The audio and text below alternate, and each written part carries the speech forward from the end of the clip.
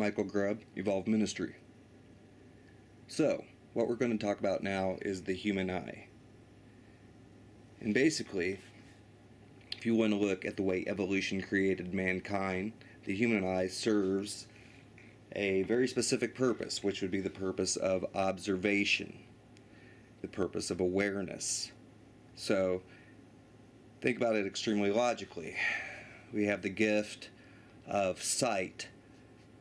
We have the gift to be able to distinguish colors, depth perception, and to be able to see and observe basically in 130 to 135 degrees. That's pretty amazing for the human eye to be able to do. Now, it can distinguish 10 million different colors. That's quite a bit. And considering, again, what evolution has created it for is the fact that we are there to be able to observe. Now, let's talk about the act of observation. This is going to be repeated so many times throughout this course, but I feel it important that it is repeated so that way people can really get it through their heads. The act of observation changes behavior. Now, understand that Einstein gave us an equation which is E equals mc squared. That means everything, mass, everything that is around us, matter, it is created and it is made and woven of light, energy, frequencies. So it doesn't matter whether you're looking at a concrete block, a person, or a tree, it's all made of light. So the double slit experiment tells us that photons or light will will change its behavior upon the act of observation. So it will change from a particle to a wave due to the act of someone observing it. Now, if you think about what that means, then you will basically understand that if everything is woven and created of light, then the act of observation is going to change its behavior regardless, no matter what. So, let's think about it carefully. The more that we are able to observe, the more aware that we are of our surroundings, makes it that much more possible that we can affect or change the behavior of our environment and surroundings. So the more aware you are of it, the better off chance that you have of, according to your own will, creating something new from something that was occurring before. This is an important discovery by mankind. The double slit experiment is an important discovery by mankind. Now, in today's world, right now, we live in a place where most people are paying attention to their phones. I cannot go outside. I cannot go anywhere without seeing someone touring around and staring directly into their phones. Now, if they're staring directly into their phones, this means that their level of awareness of their surroundings is practically zero. Last year, the year before, and the year before alone, here in Indiana, Bloomington, Indiana, at Indiana University, quite a few people were killed crossing the street because they were looking at their phone. And I surmise or suspect that they were killed by people who were also looking on their phones as they were driving. Now, let's take this to a level of, and this is going to be, by the way, another course that is going to be created soon, which is called Dream Mastery.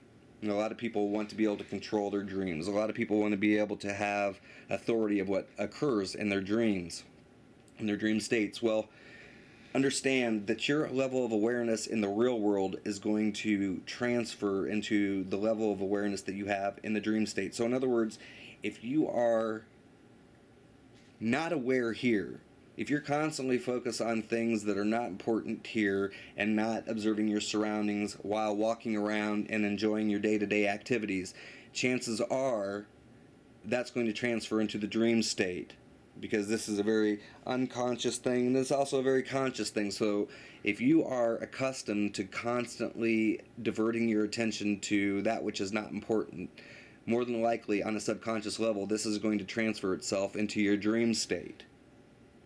So in other words, you're not going to have a chance of controlling anything in your dream state. You're not going to have a chance of being able to bring information back from the dream state into the real world, because you have at this point turned it into a regular practice by staring into your phone. You are constantly giving away your own sense of action. You're giving away your own sense of will and being able to enact within an environment. So it only makes sense that if you are lackadaisical within the real world, it's going to transfer over into your dream state, and you're going to experience two separate lifestyles, two separate ways of living completely on autopilot. And autopilot is no way to live your life. So understand that you have to actually practice. And you have to practice in getting yourself back to being able to where your will actually means something. Again, if observation is a thing that changes the behavior of light, if that's what keeps it from going from particle wave and vice versa, then that's also going to be the very same thing that is going to either limit or enhance your access to being able to enact or exact your will in an environment that is physical. Now, understand that when I say enact your will, that I'm not saying to try to change things to service your self-serving needs. One's ability, especially once one becomes an extremely proficient self-mastery practitioner, one starts to work on behalf of the whole. They're not working on their own self-serving needs. This is not about self-service. This is about universal service to others. And this is the reason why I've come forward and made my knowledge available to other people. Because I want to see the world change for the better. I don't want to see a bunch of people out there just self-serving and manifesting things and bringing things to themselves, because eventually it won't even matter. The pendulum will swing. If you are constantly serving yourself, eventually you're going to stack too much in your own deck, and then everything will collapse and balance will be restored. So this is something to consider.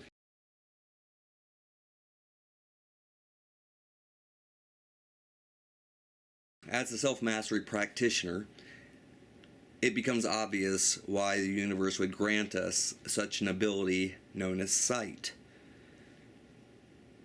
And with that, it is important to know everything that there is to know about what makes sight possible. Every self-mastery practitioner, if they are really serious about what they're doing, it is important for them to learn the anatomy. It's important for them to understand how the anatomy operates, why it operates, because your body in and of itself is a piece of technology. It is a system that is created so it can interface with the universal system in which it resides.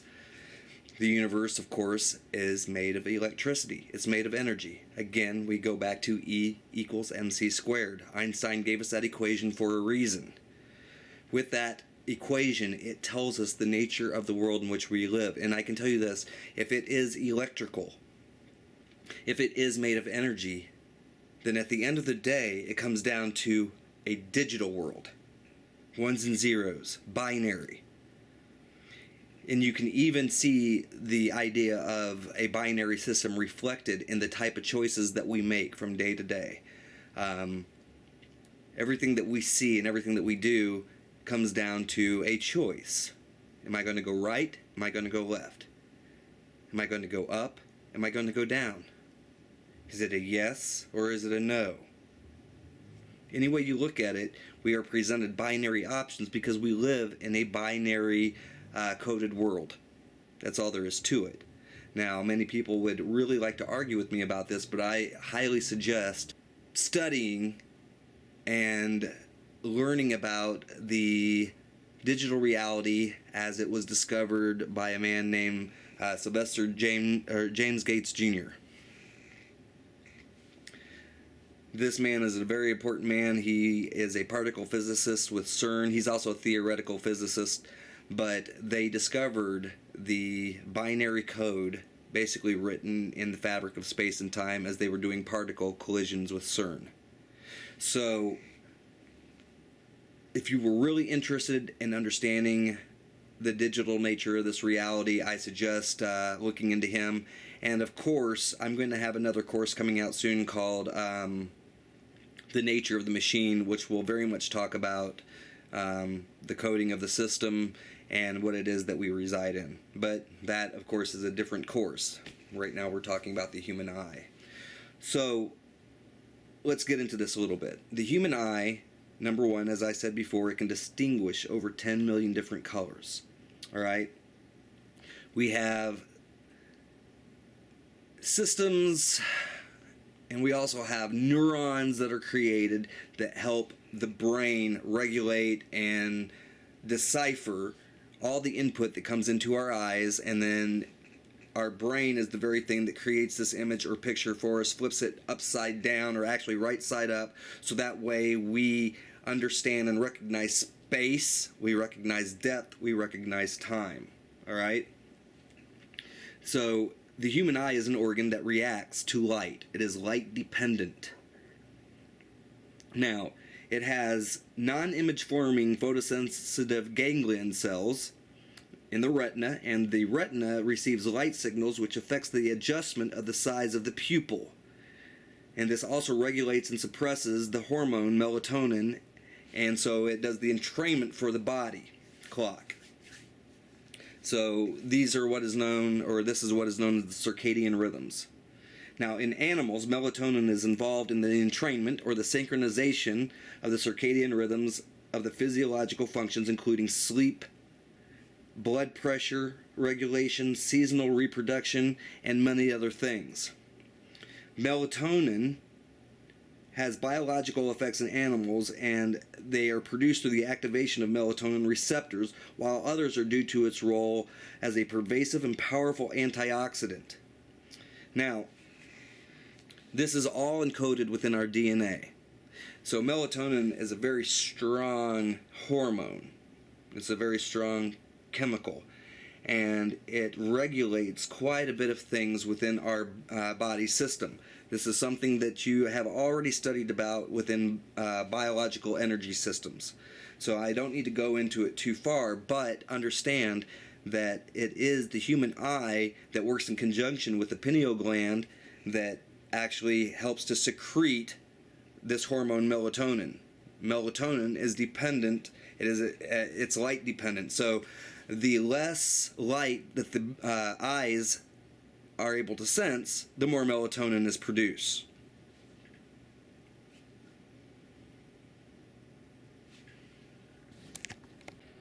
Okay, so understand that the eyes and the visual system is one of the most complex systems within the human body. We have the occipital lobe of the brain. The occipital lobe basically carries and transfers all of this information back and forth. And what happens is our eyes convert signals and stimuli from the environment for the specific purpose of navigation. They give you spatial, color, and depth perception so one can adequately move through space and time in the most safe manner possible. So, in essence, they're detecting light, converting it into an electrical chemical impulse within neurons. In higher organisms, the eye is a complex optical system that collects light from the surrounding environment, regulates the intensity of the light through a diaphragm, focuses it through an adjustable assembly of lenses in order to form an image. Then it will convert this image into a set of electrical signals and transmit these signals to the brain through a complex neural pathway that connects the eye via the optic nerve to the visual cortex and other areas of the brain. Eyes with resolving power have come in 10 fundamentally different forms, and 96% of animal species possess a complex optical system. So, given the fact that we have such extraordinary organs that help us to navigate, it is very important to understand how this navigation is possible, how your body operates, and how this is related to self-mastery. So let's talk about how the eye actually operates. Light rays will enter through the cornea, the clear front of the window of the eye. The cornea's refractive power bends the light rays in such a way that they pass freely through the pupil, opening to the center of the iris. This is how light enters through the eye. The iris works like a shutter in a camera, and it has the ability to enlarge and shrink depending on how much light is entering the eye. After passing through the iris, light rays pass through the eye's natural crystalline lens.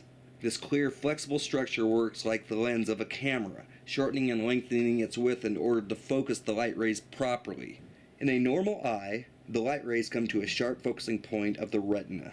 The retina functions much like the film in the camera and is responsible for capturing all of the light rays, processing them into light impulses through millions of tiny nerve endings, and then sending these light impulses through over 1 million nerve fibers to the optic nerve.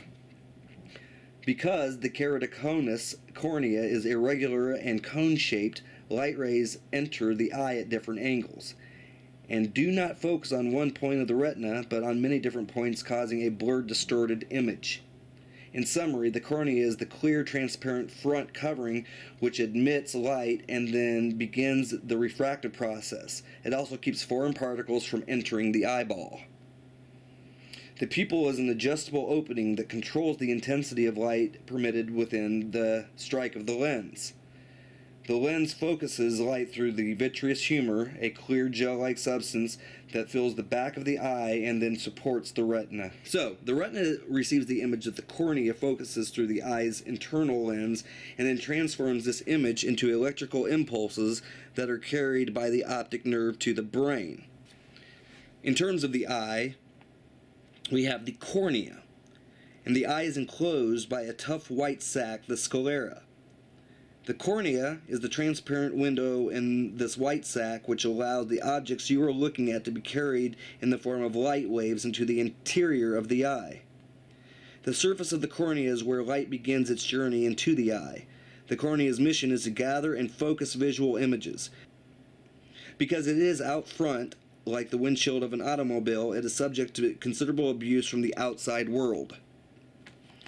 The cornea is masterfully engineered so that only the most expensive man-made lenses can match its precision. The smoothness and the shape of the cornea, as well as its transparency, is vitally important to the proper functioning of the eye. If either the surface smoothness or the clarity of the cornea suffers, vision will be disrupted.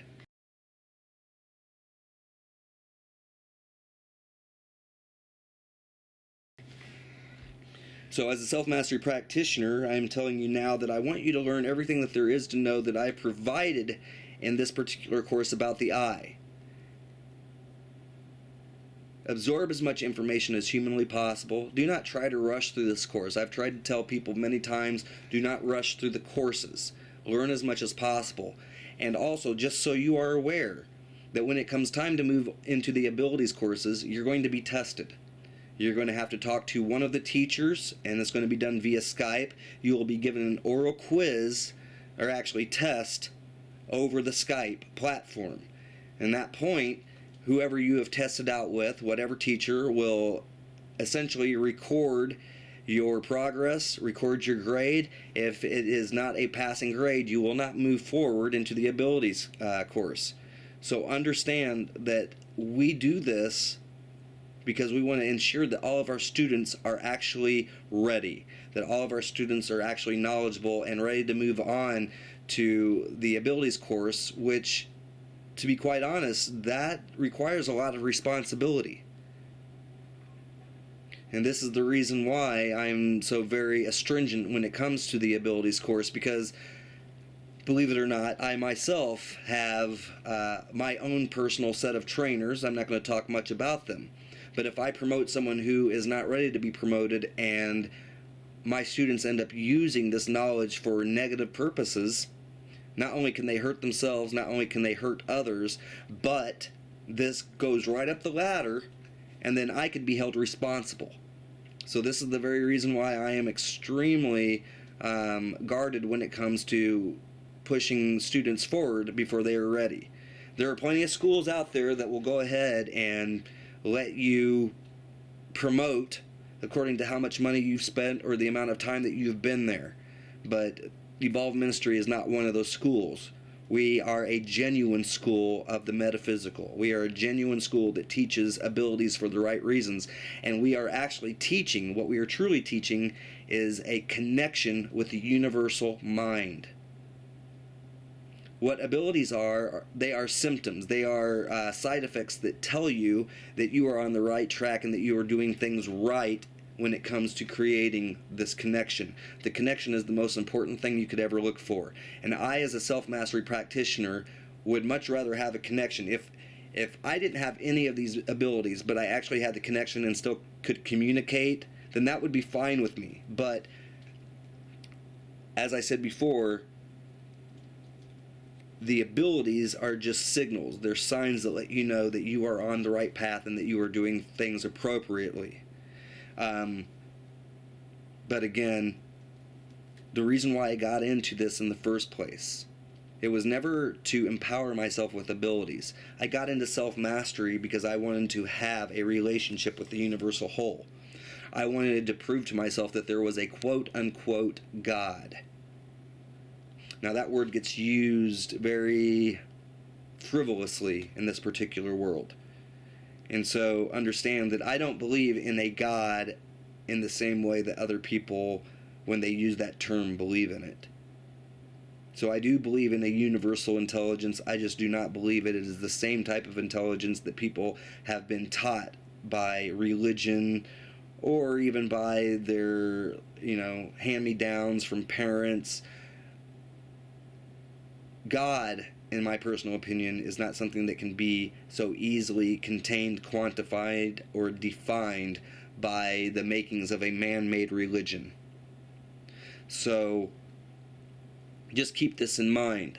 When I started this, I wanted to prove to myself that there was a God and that I could communicate with it. I have definitely proven to myself that there is that existence. And as a result of that, I have been also rewarded with what human beings label abilities. And to tell you the truth, it's going to be very hard for people to make a connection with the universal whole without first practicing all of these abilities. But keep in mind that the abilities are not the end all. They aren't even close to being the true thing or the true reason for practicing self-mastery.